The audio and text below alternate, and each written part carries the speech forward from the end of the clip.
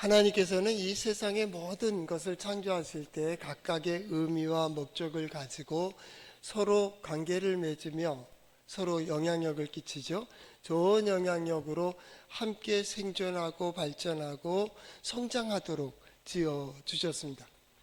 그럼에도 불구하고 파괴되고 가라앉고 망가지고 그런 일들이 벌어지게 되죠. 그 사회학자들은 여러 가지로 이걸 분류를 하게 되는데, 이 존재에 대한 가치를 대체적으로 세 가지로 얘기를 합니다.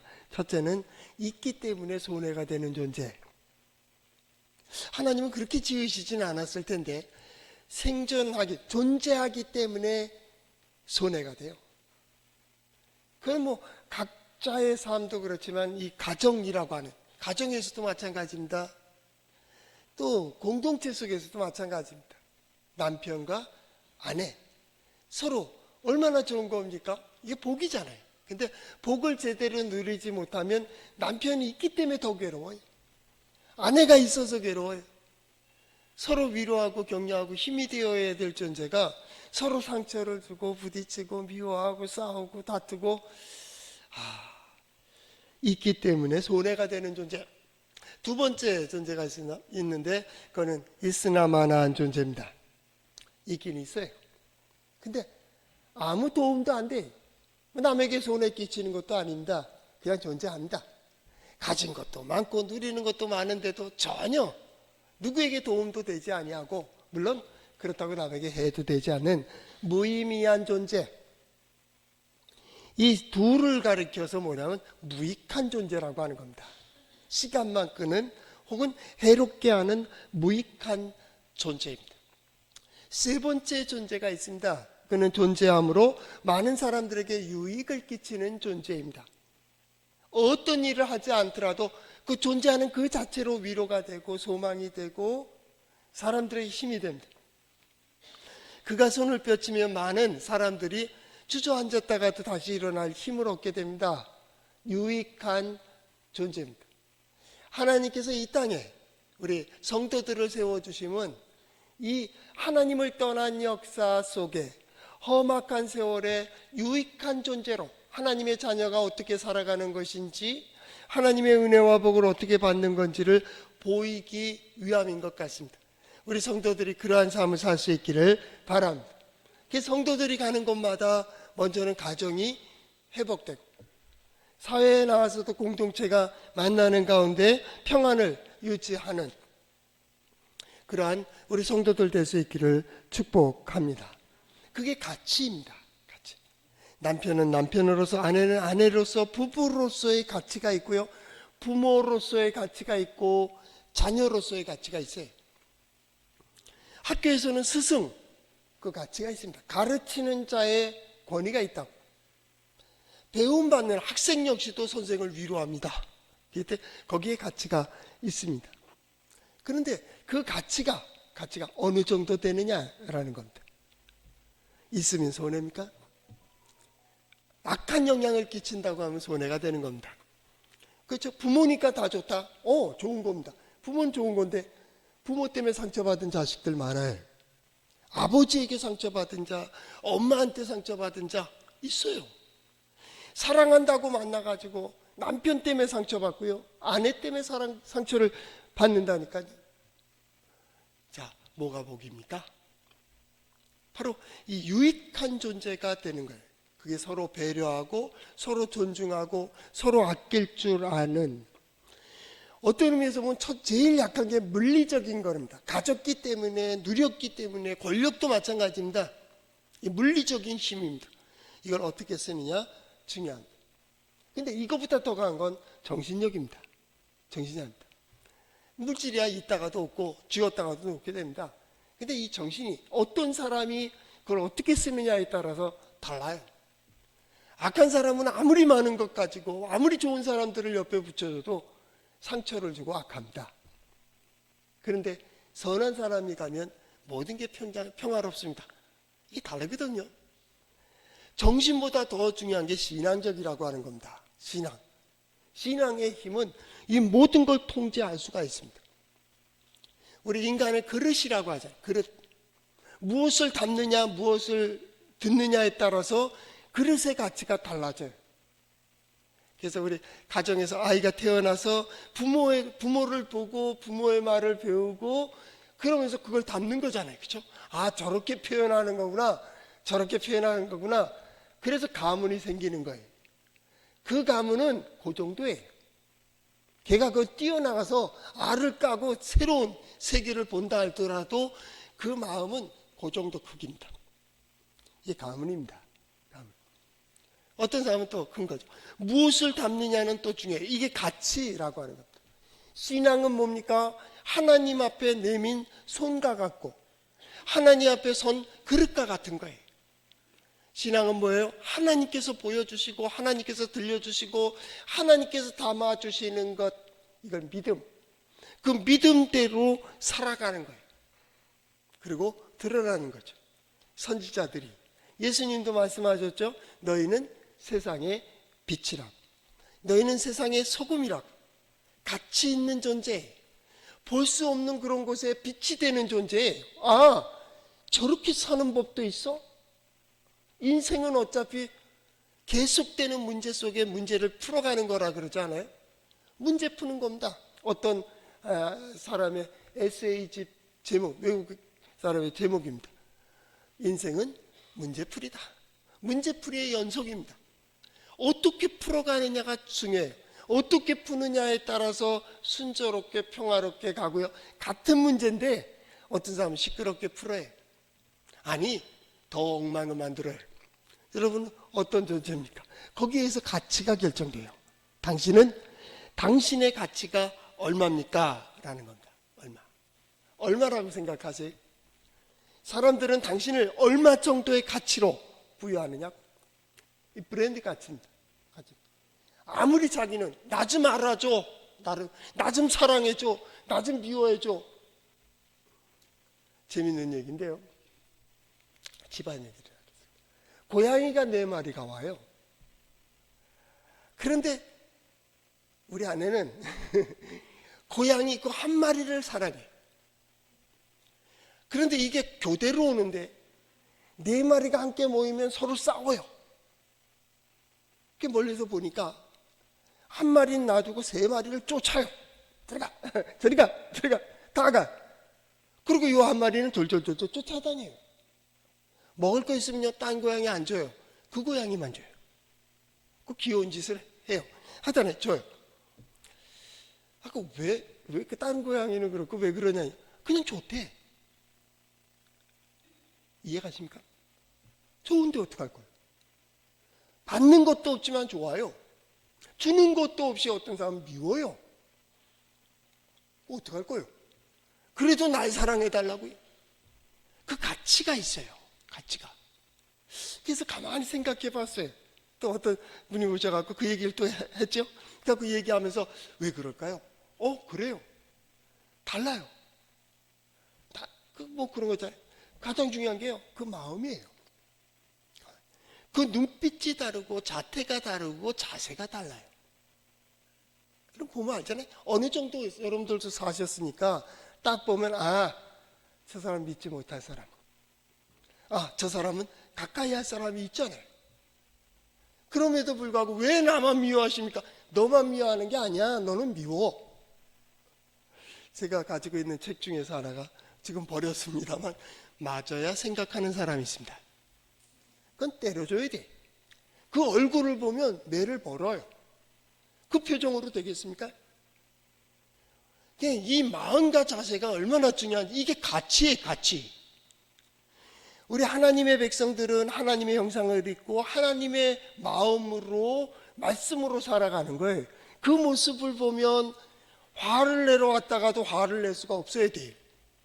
우리 성도들이 그랬으면 좋겠습니다. 하나님께 사랑을 받는 것처럼 어디에 가든지 사랑을 받는 그러한 존재가 되었으면 좋겠습니다. 지혜로운 자는 뭘 하더라도 지혜롭다. 어리석은 자는 아무리 좋은 환경이라도 미련하게 엉켜버린다. 이 믿음의 사람들은 지혜로운 사람들입니다. 잘 풀어갈 수 있기를 바랍니다. 가정의 문제도 사람들의 문제도요. 그게 어디에 나와 있습니까? 성경에 나와 있습니다. 한번 따라해 볼까요? 하나님의 말씀인 성경은 나의 신앙이요 나의 고백입니다. 주여 내게 무슨 말씀을 하려 하시나이까? 내게 무슨 말씀을 하시든지 그대로 하리이다. 그대로 해서 하나님께서 우리를 어떻게 보호하시고 인도하시는지를 보는 우리 성도들의 삶이 될 수 있기를 바랍니다. 오늘 성경 말씀에 나오는 그 바벨론 제국은 느부갓네살이 이렇게 세우고 86년을 유지합니다. 그리고 망합니다. 오늘 다니엘서 5장은 바벨론이 망하는 겁니다. 바벨론의 역사 많이 얘기하지만 바벨론의 역사는 그렇게 크지 않습니다. 짧은 역사를 가지고 있습니다. 너무나도 아쉬운 그러한 역사를 가지고 있는 바벨론입니다. 아무리 봐도 이건 좀 더 길었으면 좋겠는데, 길 수도 있었는데 길게 못한 거예요. 여러분, 하나님께서 주신 시간이라는 거, 건강이라는 거, 물질이라는 거, 사람도 마찬가지입니다. 여기 중요한 게 있습니다. 어떻게 쓰고 계십니까? 의미 있는 일에, 좋은 일에 얼마나 쓰고 있습니까? 두 번째는 얼마나 누리고 있습니까? 미련한 거죠. 아무리 많으면 뭐합니까? 누리지 못하는데. 가졌으면 뭐합니까? 쓰지를 못하는데. 참 불행할 때가 뭐냐면 안석하게 음식이 있는데 먹지 못할 때. 그런 사람들이 있죠. 위가 나빠서 여러 가지 조건 때문에 먹지 못하는 게 그건 불행입니다. 인생도 그렇고 신앙생활도 최고 복은 행복입니다. 성경은 그래서 계속 복을 얘기합니다. 복을. 그 복의 처음에 마음입니다. 소망을 가져야 된다. 복은 소망을 가질 수 있어야 된다. 두 번째, 지치지 않는 힘입니다. 열정이 있어야 된다. 그럼 행복하다. 세 번째, 수고한 데서 아름답게 거둘 수 있어야 된다. 이거 행복이죠. 근데 거둘 때 기쁨이 있어야 된다. 기뻐야지. 아쉽고 뭐 그러면 안 되잖아요. 그래서 그 다음이 만족입니다. 얻어질 때 만족해야 됩니다. 먹을 때도 만족하고 행할 때도 만족하고 만족의 기쁨이 있습니다. 만족감과 기쁨 속에 자신도 모르게 하늘에 감사합니다. 감사합니다. 오늘이 있어서 감사합니다. 함께해서 감사합니다. 감사하게 되어 있습니다. 이 감사의 그 위가 행복입니다. 이 모든 걸 감싸고 있는 게 행복입니다. 행복의 최고봉은, 그 다음 문을 열는 최고봉은 누림입니다. 돈을 가지고 권력을 가지고 건강도 가지고 사람들의 명예를 가지고 지식도 재능도 가졌지만은 이걸 누리지 못하면 복이 아닙니다. 그래서 전도서 지혜서에서 말하기를 어리석은 자는 쌓고 그것을 남에게 준다고 했습니다. 자기가 못 써요. 남이 다 써버려요. 그러나 의인은, 복된 자는 그것을 받아 누려요. 나는 우리 성도들이 받아 누릴 수 있길 바랍니다. 그 누림의 최고본의 열쇠는 너 그 시간과 건강과 물질을 어떻게 쓰고 있는데 하늘이 보는 겁니다. 남에게 대접을 받고자 하는 대로 대접하라. 절대 타자를 신학에서는 하나님이라고 합니다. 하나님께 은혜 받길 원하기에 우리는 은혜를 베풉니다. 누군가를 용서하는 이유는 누구보다도 내가 하나님의 용서를 받기를 원하기에 누군가를 용서할 수 있습니다. 하나님의 사랑을 받아야 되기 때문에 우리는 사랑하게 됩니다. 은혜 받은 자로서 은혜를 베풀고 은혜 받기 위하여 은혜를 베풉니다. 이게 누림입니다. 누림인데 이 누림의 첫 번째는 자신입니다. 자기를 위해서 쓸 줄 알아야 됩니다. 두 번째는 남입니다. 이게 영향력입니다. 내 존재의 의미이고 역할입니다. 모든 자연은 독존 없습니다. 심지어 미물들도 땅에 기는 짐승들도 그들의 생존을 하고 있지만 그 생존으로 남들이 또 살아갑니다. 다른 생물들이 또 살아가도록 하나님은 지으셨다 그 말이죠. 그래서 더 발전하는 겁니다. 누림을 잘하면 그 다음 소망의 문이 열린다. 그 다음에 열정이 생깁니다. 그 다음에 또 거두는 기쁨이 있습니다. 만족한다, 감사한다, 행복합니다, 누립니다. 또 가는 겁니다. 나는 우리 성도들이 이렇게 계속 성장하는 신앙생활 될 수 있기를 바랍니다. 근데 바벨론은 역사를 볼 때 너무 아쉬운 거예요. 얼마나 바벨론의 영광을 얘기하고 바벨론의 문화를 얼마나 많이 들었습니까? 그럼에도 불구하고 이렇게 짧을 수가 있어요. 그래서 초대왕 느부갓네살이 꿈을 꾸었을 때 다니엘이 얘기하는 겁니다. 왕이요, 당신 이렇게 될 겁니다. 그러니까 당신의 날이 길어지기 위하여 두 가지를 행하세요. 이건 통치자의 리더십입니다. 하나는 공의를 행하세요. 두 번째는 긍휼을 베푸세요. 그러면 당신의 정권, 이 왕국이 오래 갈 겁니다. 느부갓네살이 정리가 딱 됐지만은 그렇게 돌아가질 않습니다. 그래도 느부갓네살은 오랫동안 통치를 했고 나머지는 2년 동안 하고 4년 동안 하고 지금 벨사살 고고학자들의 말에 의하면 벨사살의 아버지는 전쟁을 하러 그렇게 다녔답니다. 그러니까 벨사살이 거의 왕과 같은 통치를 했고 바벨론 왕가의 벨사살 왕은 이름이 없습니다. 그러니까 마지막 왕의 아들 이렇게 고고학자들은 추정을 하고 있을 뿐입니다. 그러니까 전쟁만 하러 다니니 이게 집에 이렇게 있는 겁니다. 한 가지 중요한 게 있습니다. 오늘 성경 말씀에도 보면 이게 이제 여기에 이제 그 왕이 같은 잔치를 베풀죠. 5장이 바로 바벨론이 망하는 겁니다. 우리가 읽지는 않았지만 다니엘서 5장 30절 31절 시작이 그날 밤에 갈대아 왕 벨사살이 죽임을 당하였고 메대 사람 다리오가 나라를 얻었는데 그때의 다리오는 62세였더라. 메대 바사가 바벨론을 접수합니다. 그날 밤에. 그날이 무슨 일이 있었느냐 하면 잔치를 베풀고 있었습니다. 5장 1절입니다. 엄청난 잔치입니다. 많은 사람들을 불러놨는데 귀족 1000명을 모았습니다.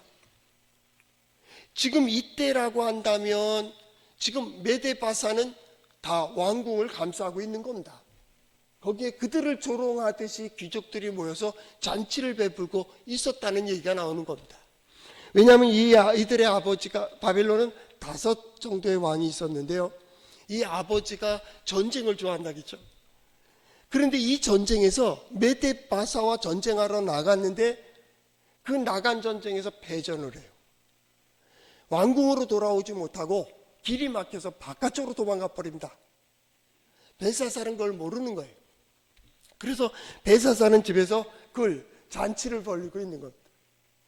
아버지는 전쟁에 나가서 영토를 확장시키기 위해서 그러는데 이 고생하지 못한 이 아들은 그걸 이제 상황 파악이 안 되는 그러한 상황입니다. 그때 이 잔치를 베풀 때에 바로 갑자기 벽에 손가락이 나와서 글씨가 쓰여지게 됐습니다. 그 글씨 때문에 놀란 겁니다. 아니 이게 무슨 현상? 나만 보고 있나? 이렇게 되는 거죠. 그럴 때에 이 왕비가 이 벨사살에게 이런 얘기를 합니다. 우리가 읽지 않았지만 11절 12절에 보면 왕의 나라에 거룩한 신들의 영이 있는 사람이 있으니 곧 왕의 붙인 때에 있던 자로서 명철과 총명과 지혜가 신들의 지혜와 같은 잔이 있다라고 다니엘을 추천합니다.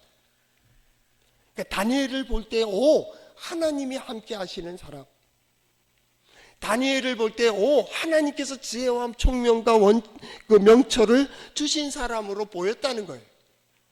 그게 그의 가치예요. 이때의 나이가 주경학자들에 의하면 약 80세입니다. 소년 때 끌려왔으니까 한 70년 지나서 80세 정도 되지 않았나 이렇게 얘기합니다. 그때에도 그는 소년 때와 변함없이 총명하고 지혜롭고 명철이 있었다라는 겁니다. 나는 우리 성도들이 그랬으면 좋겠어요. 신앙인으로서의 그 가치를 어떤 환경이 변하든지 어떤 상황이 되든지 변하지 않는 가치를 지니는 우리 성도들 될 수 있기를 축복합니다. 그래서 다니엘을 불러온다. 왕이 벨드사살이라고 이름을 불렀지 않습니까? 벨드사살에게 물어본다. 네가 총명하다며? 그러면 네가 이렇게 이걸 잘 글을 해석을 해주면 내가 너에게 예물도 주고 높은 자리에 주겠다. 거기에 대한 시작입니다. 17절 다니엘이 왕에게 대답하여 이르되 왕의 예물은 왕이 친히 가지시며 왕의 상급은 다른 사람에게 주옵소서. 그럴지라도 내가 왕을 위하여 이 글을 읽으며 그 해석을 아뢰리이다. 예물 때문이 아니에요, 이 얘기입니다. 해야 될 말을 하는 거예요. 예물 때문이 아니라는 거예요. 믿음의 사람들은 환경에 예속된 사람이 아니다. 상황에 이끌리는 사람이 아닙니다. 반드시 어떠한 환경 상황이라도 서야 될 자리에 서며 해야 될 일을 감당하며 해야 될 말을 하는 거예요. 해야 될 행동을 하는 사람입니다. 환경에 예속되지 않는, 나는 우리 성도들이 그런 신앙을 가졌으면 좋겠습니다. 아무리 힘들고 아무리 어려운, 세상은 힘들다 할지라도 나는 이 길을 간다고. 아무리 바쁘고 분주하고 힘들다 할지라도 내가 서야 될 자리에 내가 해야 될 일들을 감당하는 우리 성도들 될 수 있기를 바랍니다. 그게 가정에서부터 시작하세요. 아내잖아요. 당신 남편이잖아요. 당신이 부모라며, 그러면 그 역할을 하세요. 왜 저들은 몰라보는데 남편도 몰라주고 아내도 몰라주고 자식도 몰라주는, 알아달라는 게 아니에요. 당신의 가치가 있어요. 가치가. 그럴지라도 믿음의 사람들은 그 자리에 서서 그 역할을 끝까지 감당하는 겁니다. 변함없이. 10대든지 지금 80세 된 다니엘이든지 마찬가지입니다. 그것에 의해서 움직이는 자가 아니라는 거예요. 그리고 오늘 성경 말씀을 보는 겁니다. 그리고 그가 보는 이 하나님께서 손으로 보여주신 메데, 데겔, 베레스라고 하는 그 단어를 해석하기 위하여 이제 말하기 시작을 합니다. 거기 역사관이 중요합니다. 거기 18절 말씀에 보면 왕이여 지극히 높으신 하나님이 왕에 붙인 느부갓네살에게, 다니엘서에 계속 반복되는 하나님 명칭이 나오는데 지극히 높으신 하나님입니다. 우리가 믿는 하나님은 지극히 높으신 하나님입니다.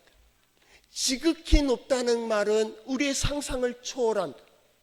우리의 지식을 초월한다. 그 모든 걸 포함해도 우리 하나님 안에는 모래 하나만도 못한다. 우리 하나님은 그 이상입니다. 저 멀리까지, 아니 그거보다 더 멀리 지극히 높으신 하나님이다. 그 권위도 권세도 권능도 누구와 비교될 수가 없습니다. 그분이 우리 하나님입니다. 그렇게만 강조된다면 우리 하나님은 또 미신과 같은 하나님, 우상입니다. 그러나 우리 하나님이 다른 점은 바로 그 높은 하나님이 우리를 초월하며 우리의 상상에 기대도 그 상상할 수 없는 그 하나님, 크신 하나님이 곧 우리와 함께 하시는 하나님입니다. 낮고 낮아지시고 우리와 함께 먹고 우리와 함께 행하고 우리와 함께 가시는, 멀리 계신 하나님이 아니라 가까이 계신 하나님, 곧 인간과 함께 임마누엘, 함께 계시는 하나님, 매 순간마다 역사하시는 에트 하나님, 함께 하시는 하나님, 일마다 때마다 역사하시고 그 길을 보호하시고 그때에 깨닫게 하시고 보여주시고 들려주시고 세워주시고 만나게 해주시고 이끌어주시는 그 사람의 고백이 하나님이 모든 걸 다스리신다는 거예요. 하나님이 모든 걸 다스리신다. 하나님께서 내게 이렇게 해주셨다는 거예요. 다니엘은 얘기한다. 느부갓네살 왕을 잘 알지 않느냐? 너희 조상 아니야? 느부갓네살을 하나님께서 어떻게 했다고요? 18절 19절 말씀에 보면 하나님이 왕에 붙인 느부갓네살에게 나라와 큰 권세와 영광의 위엄을 주셨고 19절 그에게 큰 권세를 주셨으므로 이렇게 됐습니다. 하나님께서 주셨다는 거예요.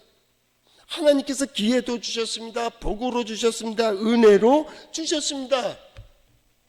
그렇기 때문에 모든 걸 할 수 있었습니다. 그 할 수 있는 것을 뭐라고 표현했냐면 임의로 죽이고 임의로 살리며 임의로 높이고 임의로 낮추었더니 스스로 이건 굉장히 자유로운, 뭐 하고 싶으면 그대로 되는 거예요. 하고 싶음에 거침이 없어요. 재는 게 없어요. 좌하면 좌예요. 우하면 우예요. 이걸 잘못 해석하면 마음대로 살았다는 건데 아니요. 이건 큰 복입니다. 나는 우리 성도들이 임의로 이런 자유함을 누릴 수 있기를 축복한, 하고 싶을 때 가고 싶을 때 행할 때 거침이 없는 거요. 마음에 생각만 하여도 이루어 주시는 하나님의 역사를 경험할 수 있기를 축복한 믿음의 사람들. 그 마음과 자세가 누구를 향해 있어요? 예, 하나님의 뜻에 달려 있고 하나님을 향해 있기 때문입니다. 우리는 그렇게 사는 사람들. 환경 때문이 아니에요. 상황 때문이 아닙니다. 이렇게 2024, 2025, 2026년도 자연과 국제 정세와 정치와 나라와 어떤 공동체들도 문제없는 공동체가 없는 이런 이때에, 그래서 계속 강조했죠. 나라도 망할 수 있다니까요. 성도 무너졌다니까요. 예루살렘 성도 무너졌다니까요. 더 중요한 건 성전도 무너졌어요. 다 무너질 수 있어요. 그러나 변하지 않는 그 하나님을 기억하는 거예요. 우리는 기억해야 돼요. 반드시 기억하라. 모든 상황, 모든 조건 속에서 너희는 기억하라. 누구를 기억해요? 하나님을 기억하는 겁니다. 하나님. 그분의 뜻이 반드시 있다. 그분의 법칙이 있다. 그분이 반드시 이루어 주신다. 두 번째 기억해야 될 것은 그날입니다. 이루어지는 그날입니다. 반드시 이루어 주신다. 내가 반드시 보게 될 것이다. 소망만 갖다가 열정만 갖다가 끝나면요, 탈진이에요. 탈진이에요. 번아웃이 완전히 다 타버린, 아무 의미가 없어요. 그래서 인생을 살아가면서 어떤 사람들은 허무하다 그러지 않아요? 두 종류의 사람이 있습니다. 보람 있는 사람입니다. 오늘이라도 부르면 예, 좋은 여행입니다. 후회 없이 가는 겁니다. 물론 아쉬운 점이 있겠죠. 그러나 후회 없이 가는 사람이 있습니다. 그 사람들은 신앙이다, 그렇게 얘기하고 있습니다. 두 번째는 세상에 자신만을 믿고 물질만을 바라보며 오늘 살아온 사람들은 후회하게 되어 있습니다. 근데 죽음에, 저도 임종을 많이 받습니다. 병원에서도 많이 받고 교회에 목회하니까 임종을 많이 지키지 않습니까? 고해성사도 많이 받았습니다. 하는데 그 하나님을 모르는 사람의 두 부류가 있어요. 하나는 후회하는 사람입니다. 이 사람은 깨달은 사람입니다. 그때라도 마지막이라도 그때 그럴걸요. 그때 내가 이걸 잘못했거든요. 후회하는 사람은 그래도 마지막 깨달음이 있어요. 그래서 회개할 기회가 있어요. 그런데 헛되다는 사람이 있습니다. 인생 허무합니다. 그 기업을 가지고 있던 분인데요, 그 기업을 가지고 있고 돈도 있고 뭐도 있고 한데 자기 50몇 세에 지금 딱 끝내야 되는데 허무하대요. 허무하대요. 그 사람은 깨달음이 없는 사람입니다. 마지막까지 깨닫지를 못한 거예요. 오늘 성경 말씀에 다니엘이 첫 번째 얘기하는 것이 뭐냐면 하나님이 허락하신 거라는 거예요. 하나님이 주셨다는 거예요. 오늘날로 말하면 건강도 물질도 삶도 우리 가정도 저 사람도 저 사람도 옆에 앉아있는 사람도 다 하나님께서 주셨다는 겁니다. 그런데 그 어떻게 더 중요한 건 얼마나 누릴 거냐, 그 말. 얼마나 복으로 누릴 거냐, 행복으로 누릴 거냐, 그 문제입니다. 그러니까 이 질문을 받으면 제일 중요한 건 잘 생각해, 그 얘기입니다. 잘 생각하고 쓰세요. 잘 판단하고 사용하세요. 그리고 선택하세요. 그리고 행동하는 겁니다. 하나님께서 그 권위와 권세와 능력을 하나님이 주신 거예요. 재능도 마찬가지입니다. 이걸 내가 가졌다고 하니까 이게 문제가 되는 거예요. 오늘 성경 말씀에 나오는 다니엘이 벨사살에게 설명하기 위한 첫 번째는 하나님이 주신다, 하나님께서 주셨다라고 하는 그 내용입니다. 그런데 그 말을 듣고서 느부갓네살이 깨달음이 없어요. 마음은 정리가 됐는데 깨달음이 없었습니다. 그래서 그 마음이 누구의 마음과 같이 됐냐면 들짐승의 마음이 되었다라는 겁니다. 오늘 성경 말씀에 보니까 20절, 그가 마음이 높아지며 뜻이 완악하여 교만하게 행함으로 그의 왕위가 패한 바 되며 그의 영광을 빼앗기고 사람들 중에 쫓겨나서 그의 마음이 들짐승의 마음이 되었다. 하나님께서 권력도 주시고 권세도 주시고 능력도 주시고 영역을 주셨기 때문에 그가 거침이 없어요. 임의로 죽이기도 하고 임의로 살리기도 하고 임의로 높이기도 하고 임의로 낮추기도 하고 마음껏 전쟁에 나가면 대승이요. 그런데 그때 그 마음이 교만해졌다는 겁니다. 이 교만이 뭐냐면 자기 이상으로 생각한 거예요. 자기의 본분을 잃었어요. 나의 자리를 잃었다고요. 권력이, 권세가, 능력이, 그 재능이 내가 아니에요. 착각하지 마세요. 많이 가졌다고 당신 위대한 사람 아니에요. 많이 안다고도 위대한 게 아니요. 당신은 당신이요. 인간의 한계가 있어요. 한계. 그걸 모르니 가진 것만큼 아는 것만큼 우쭐한 거예요. 그러다 어떻게 됐습니까? 짐승이지. 짐승과 같은 마음이 됐습니다. 짐승과 같으니 인간과 살 수 없어 쫓겨납니다. 들에서 짐승과 같이 삽니다. 어느 때까지 살게 됩니까? 그가 21절 중반절, 지극히 높으신 하나님이 사람 나라를 다스리며 자기의 뜻대로 누구든지 그 자리를 세우시는 줄을 알기에 이르렀느니라. 그래도 깨달은가 다행입니다. 그래도 깨닫지 못하는 자가 있어요. 죽을 때가 됐는데 그것도 못 깨달아요. 어리석죠? 길이 있어요. 길로 안 가요. 이게 문제예요. 이게 고집이라고 하는 겁니다. 이 교만이요, 하나님과 같이 되는 겁니다. 그래서 이 사람의 교만이 나중에 자신이 하나님이 되는 겁니다. 벨사살의 마지막 경지는요, 자기 한계를 넘어서 완전히 신의 영역으로 들어갑니다. 그래서 망하는 겁니다.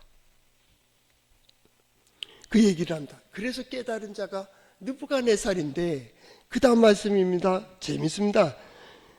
22절, 벨사살이여 왕은 그의 아들이 되어서 이것을 다 알고도 아직도 마음을 낮추지 아니하고 라는 말을 합니다. 왕의 아들이 되어서 자손으로서 그 얘기입니다. 벨사살은 바벨론 왕의 이름에 등록이 안 되어 있습니다.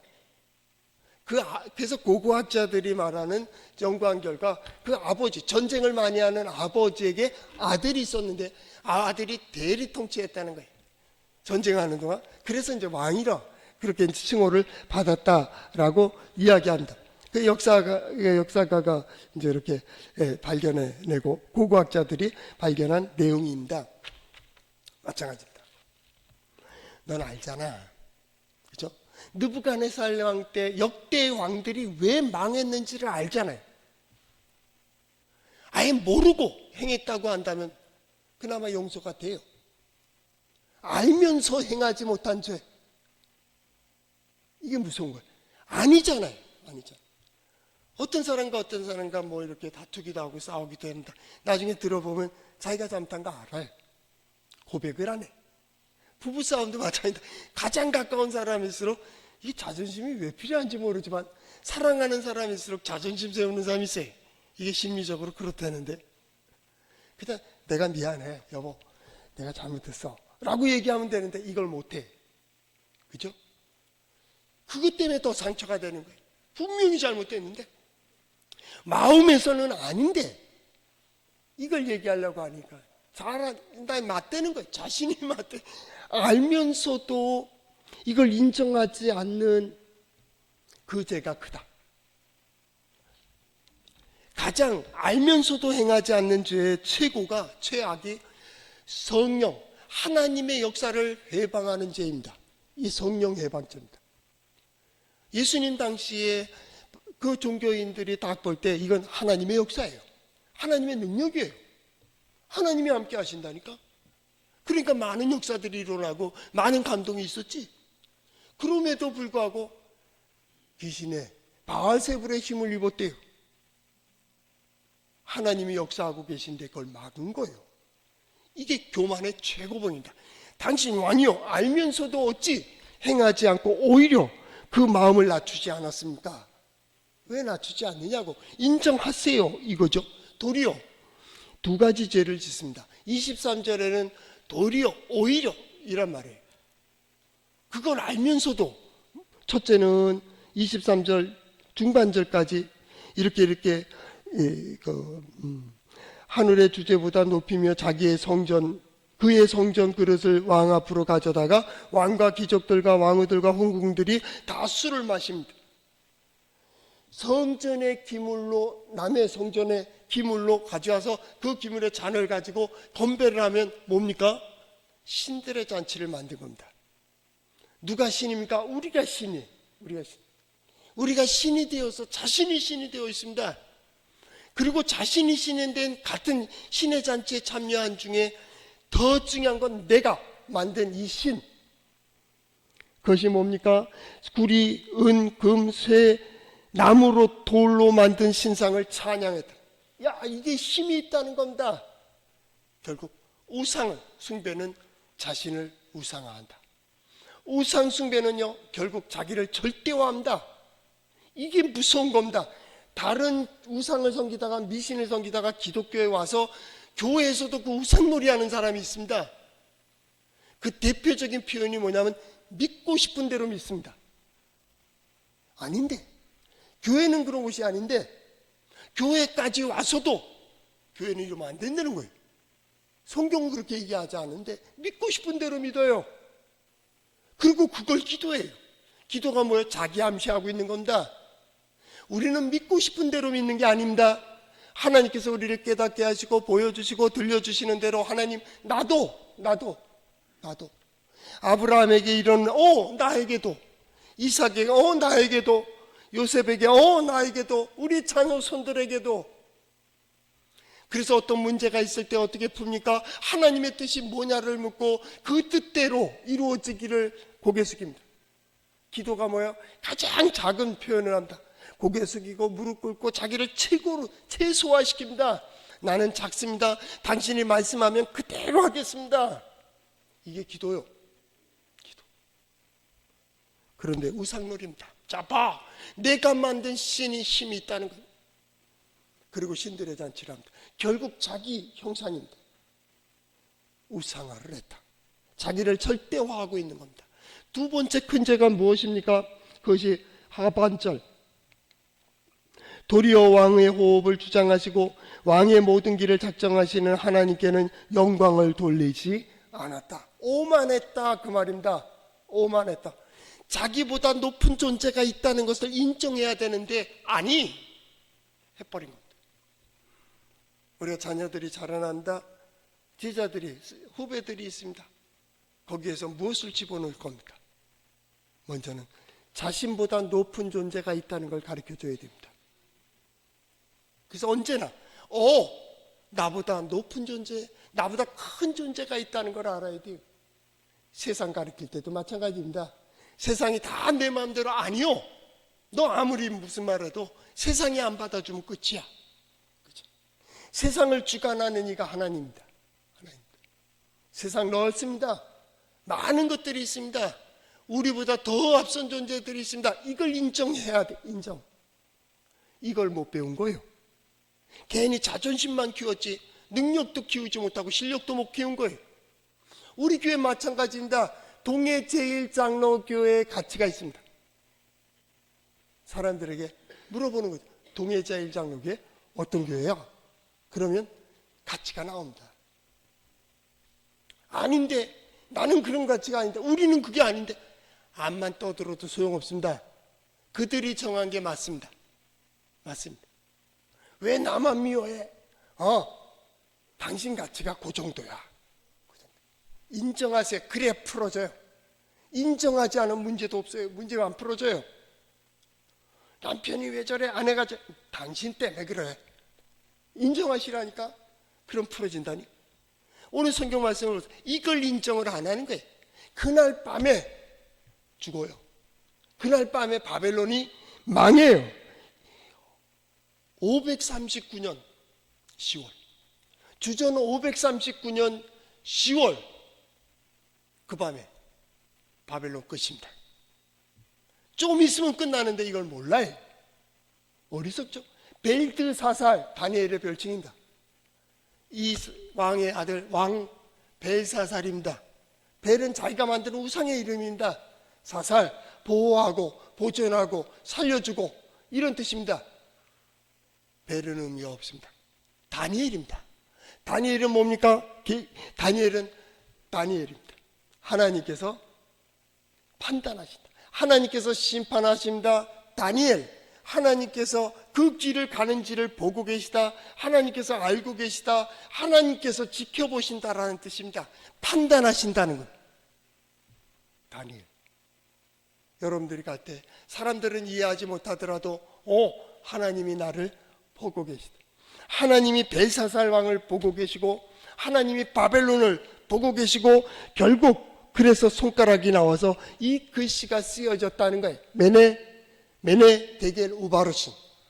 다음 주에 다루겠지만은 너는 끝났어. 너 자격 없어. 그런 뜻입니다. 넌 자격 없어. 그래서 끝. 그 시대에 그들은 그랬지만은 우리는 이 시대에 하나님께서 주신 기회를 잘 선용하고 하나님께서 주신 은혜를 받아 누리며 그 복된 삶으로서의 시간들을 오래 유지하는 우리 성도들 될 수 있기를 축복합니다.